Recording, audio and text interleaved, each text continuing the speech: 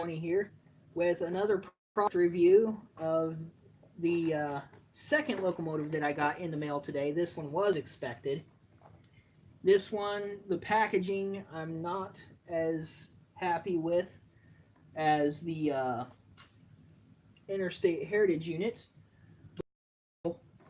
Satisfied with it because the packaging is still very nice. Um, I guess let me let's see. Let me elaborate on that a little more. The packaging inside the packaging was not quite as good as I had hoped. Of course, on this, you've got your little slider. I'm reluctant to show you the engine because it is very, very nice, but I'm going to let you see it as it's running. So anyhow, on the locomotive, on this one, it is a GP38, and the foam for the handrails, there was no foam in the front.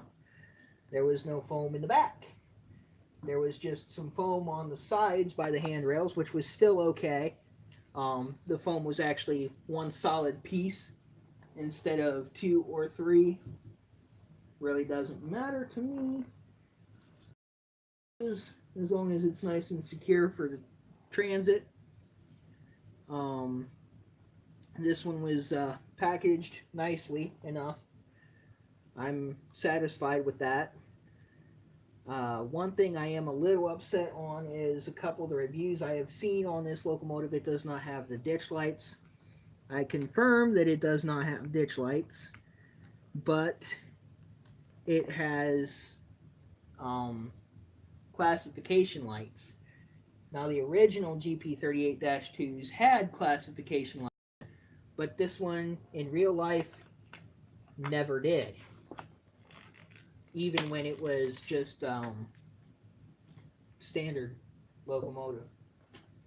Turn that on. I'm really liking what I'm seeing so far. Ooh, I am really liking what I'm seeing so far. So I know I got to take this car off because it will not hook up to that on the fly. I am going to block the camera for just a second so I can hook this up to the consist because I want this to be a surprise for y'all. So, you can probably hear it as I'm moving her back into position to couple up to my consist. Get her moving. I'm not sure right off the bat how many cars are on here. Let's see, 2, 4, 6, 8, 10, 12, 14, 16 cars.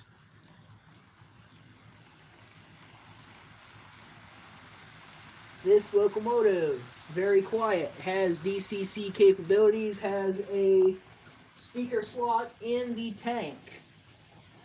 Like I said, it's a GP38-2, so there is only room for a speaker.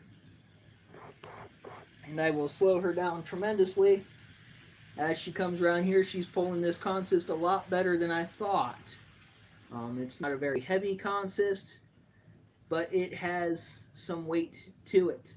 I am going to go ahead and shut off my bright light so I can get a better idea of the classification lights that are on this as well. I know it's a bit dark in here, but I have things shut and it is kind of late. There was the classification lights. Go ahead and turn my light back on. Bright light. And there she is. Norfolk Southern 5642. Training the first responders. I like the way the classification lights look, but like I said, in prototype, the real thing does not have them. Never did, never will. So that's one thing that I'm not, I gotta say, not thrilled about, but I'm not upset about. Because it is something that I don't have on any other locomotives. Not sure why the live stream is laggy, but locomotive is moving really nice at slow speed. It is not jumpy or twitchy. I'm only at 5 on my throttle. So I'm happy with this locomotive. Bump it up a little more. Maybe that's why the stream, I'm not sure what's going on here. Once it processes, maybe it'll be better. But it has, look at the back of the box. Intricately detailed ABS body, authentic paint scheme and cab numbers. That is true. Die-cast metal chassis, decorative metal horn, 2 cab figures, constant voltage bright LED headlights, RP25 metal wheels mounted on metal axles, 12-volt skew-wound 5-pole precision flywheel equipped motor, illuminated number boards and marker lights, number 158 scale KD whisker couplers, NMRA 8-pin plug for DCC, operates on code 7083-100, and like my 2 Heritage units, even though they are 6-axle, this will obviously 4-axle operate on 18-inch radius curve or 18-degree radius curves. So we'll speed the locomotive up a little bit here. I got this one on eBay for $97, and I paid for PS second day air, so a little bit more in shipping than normal. But I'm glad I did, because I am thoroughly impressed with it. You can see the green marker lights, and next time around I will spin the camera so you can see the red marker lights on it. Like I said, I don't have marker lights on anything, so I think she was partially derailed and uncoupled. Anyhow, I don't have marker lights on anything, so that's kind of new to me, and I like the way they look. However, if I can find somebody that can help me do it, I am going to have lights installed on it, and they will be directional. That way when it's in reverse, they won't be on.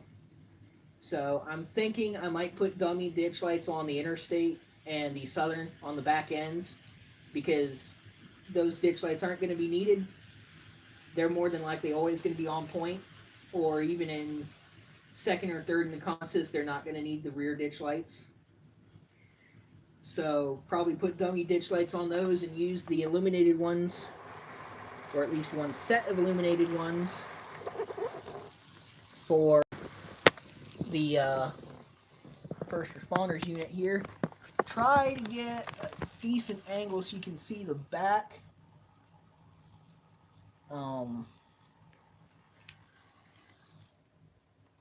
Trying to get a decent angle so you guys can see the back marker lights, because they do light up.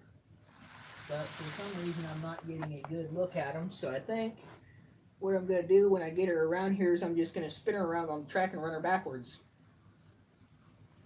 because they do light up red, and they are a little bit lower than I thought they would be, but they look nice. This locomotive is very quiet. I'm really liking the way it's running. I'm not going to turn it up to full throttle, but I'm only running it at about 25, and I'm really liking how she's running prototypical speed and stuff. I don't have a speed thingy-majigger yet that can tell you how fast they're going, but eventually I will. So anyhow, pull her up here, take her off track and spin her around so you guys can see the reverse markers. Couple back up to our consist.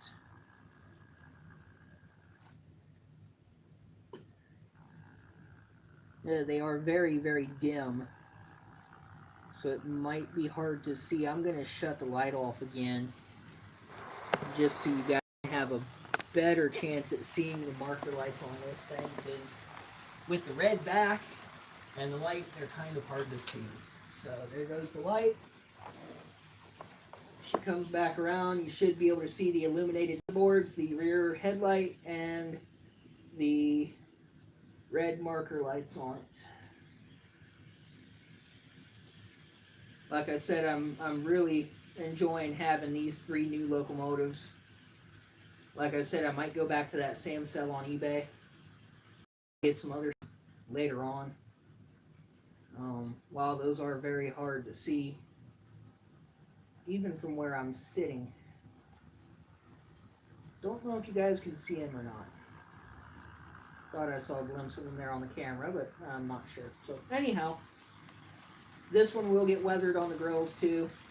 I don't like anything really clean because they're never kept clean. But like I said, I am very impressed with the way this locomotive is handling the consist and everything. So anyhow, I give them a solid A, although things detail-wise could have been done a little differently, in my opinion. But anyhow, very nice locomotive for the price. Slow it down quite a bit. The marker lights are still on. Let's see, is the camera picking them up? Yes, it is. Cool. So you guys can get a good view of the marker lights there. Illuminated number boards, I'm really liking how those light up the way they do. So anyhow, once again, this is Brandon Railway 6920 signing off.